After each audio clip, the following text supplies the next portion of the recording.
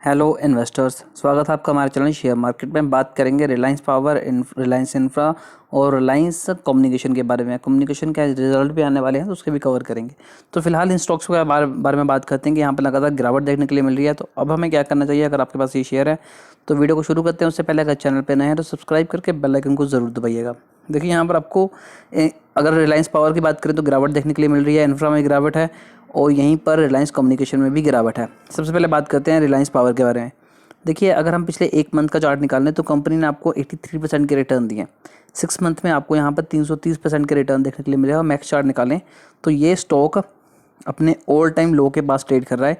कभी ये stock trade कर रहा था 300 रुपये के पास, 250 और 300 के पास। अभी आप देखिए कि ये कितना नीचे आ चुका था। इनफैक्ट ये 1 रुपये 2 रुपये तक भी गया। और कंपनी में एक न्यूज़ निकल के आई कि कंपनी फंड रेज कर रही है, काफ़ी ज़्यादा स्ट्रगल कर रही है खुद को इस्टेब्लिश करने के लिए। उसके बाद यहाँ पर हमें अच्छी खासी बूस्ट देखने के लिए मिला।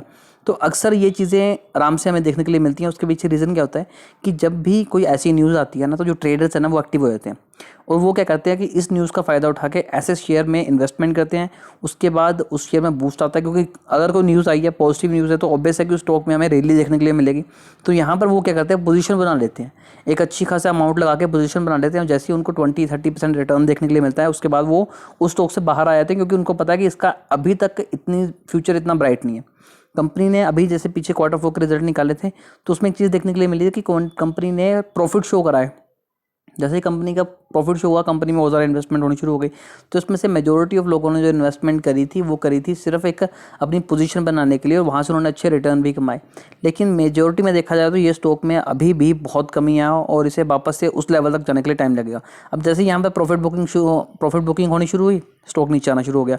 अब आपको क्या करना चाहिए? देखिए यहाँ पर सबसे पहली बात तो ये है कि ऐसे स्टॉक्स में कभी भी हमें स्टार्टिंग में ही बड़ी इन्वेस्टमेंट नहीं करनी चाहिए। इन्वेस्टमेंट को हमेशा लो रखना चाहिए ताकि इन केस वापस से गिरावट हो तो हमें ज़्यादा लॉस ना हो। उसके पीछे रीज़न सिंपली ये है क्योंकि जब भी ऐसे स्टॉक्स नीचे गिरते हैं ना तो उन पर हमेशा लोअर सर्किट लग जाता है।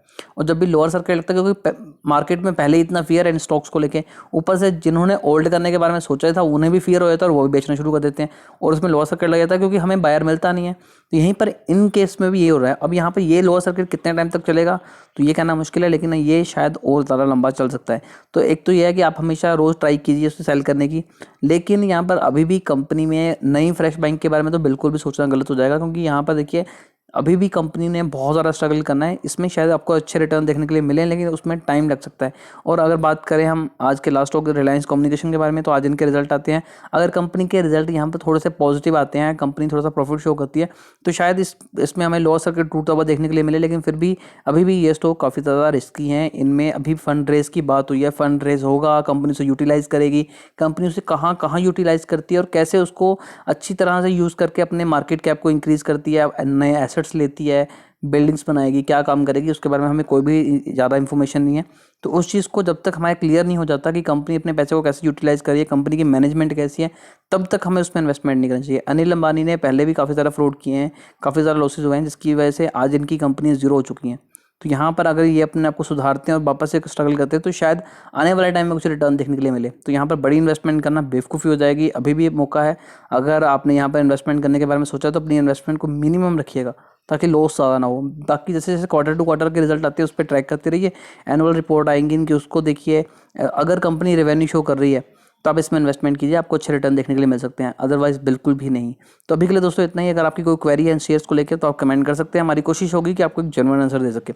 अभी के लिए दोस्तों इतना ही।